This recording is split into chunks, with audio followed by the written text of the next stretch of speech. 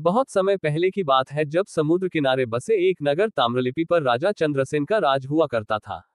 राजा से मिलने के लिए हजारों लोग उत्सुक रहते थे। उन्हीं में से एक था नवयुवक सत्वशील। सत्वशील को काम की तलाश थी, इसलिए वो हर दिन राजा चंद्रसेन से मिलने के लिए उनके राजमहल पहुंच जाता। अफसोस, उसे हर बार दरबारी भगा देते थे। ऐसा होते होते बहुत समय गुजर गया, लेकिन लड़के ने हिम्मत नहीं हारी। वो राजमहल के साथ ही हर उस जगह पहुंच जाता जहां राजा की सवारी जाती थी। एक दिन राजा भ्रमण कर अपने सैनिकों के साथ महल की ओर लौट रहे थे। कड़ी धूप होने के कारण राजा को काफी तेज प्यास लगी। सैनिक इधर उधर पानी ढूंढने लगते हैं, लेकिन कोई भी कामयाब नहीं होता है। तभी राजा अपने मार्ग पर खड़े सत्वशील को देखते हैं। नवयुवक को देख राजा पूछते हैं, क्या तुम्हारे पास पानी है? सत्वशील तुरंत राजा को पानी पिलाता है और साथ ही मीठे फल भी खिलाता है।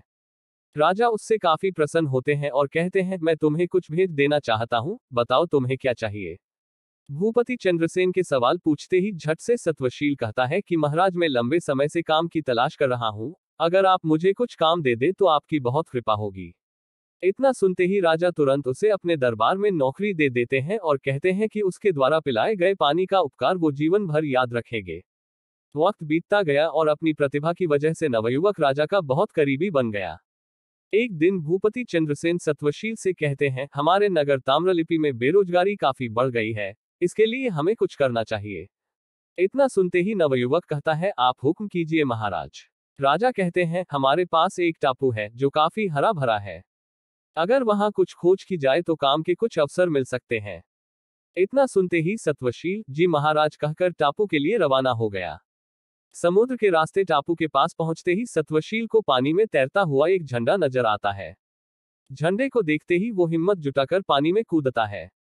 पानी में कूदते ही नवयुवक सत्वशील टापू की राजकुमारी के पास पहुंच जाता है, जहां वो अपनी सहेलियों और सेविकाओं के साथ गाना गा रही होती है। राजकुमारी को नवयुवक अपना परिचय देता है। कुछ देर बातचीत करने के बाद राजकुमारी सत्वशील को भोजन का निमंत्रण देती है और खाना खाने से पहले पास के ही एक तालाब में स्नान करने का आग्रह करती है।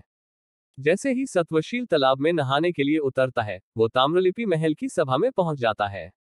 एकदम सभा में सत्वशील को देख राजा चंद्रसेन चकित हो जाते हैं। वह उससे पूछते हैं, अरे तुम यहाँ कैसे? सत्वशील राजा को पूरी घटना के बारे में बताता है। सारी बातें जानने के बाद राजा भी उस टापू में जाने का फैसला लेते हैं। वहां पहुंचकर भूपति चंद्रसेन उस टापू पर जीत हासिल कर लेते हैं। ऐसा होते ही राजा चंद्रसेन को राजकुमारी उस टापू का राजा घोषित कर देती है। राजा टापू को जीतने की खुशी में वहां की पूर्व राजकुमारी और सत्वशील की शादी करवा देते हैं। इस तरह राजा चंद्रसेन सत्वशील के पानी के उपकार को चुकाते हैं।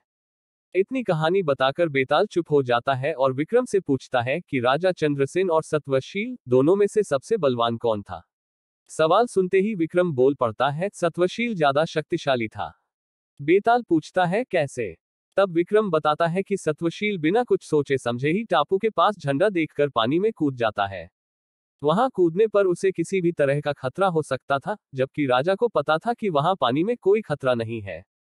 सवाल का जवाब मिलते ही बेताल राजा विक्रम के कंधे से उड़कर वापस घने जंगल में किसी पेड़ पर जाकर बैठ जाता है। कहानी से सीख, हिम्मत कभी नहीं हारनी चाहिए और कर्म लगातार करते रहना चाहिए।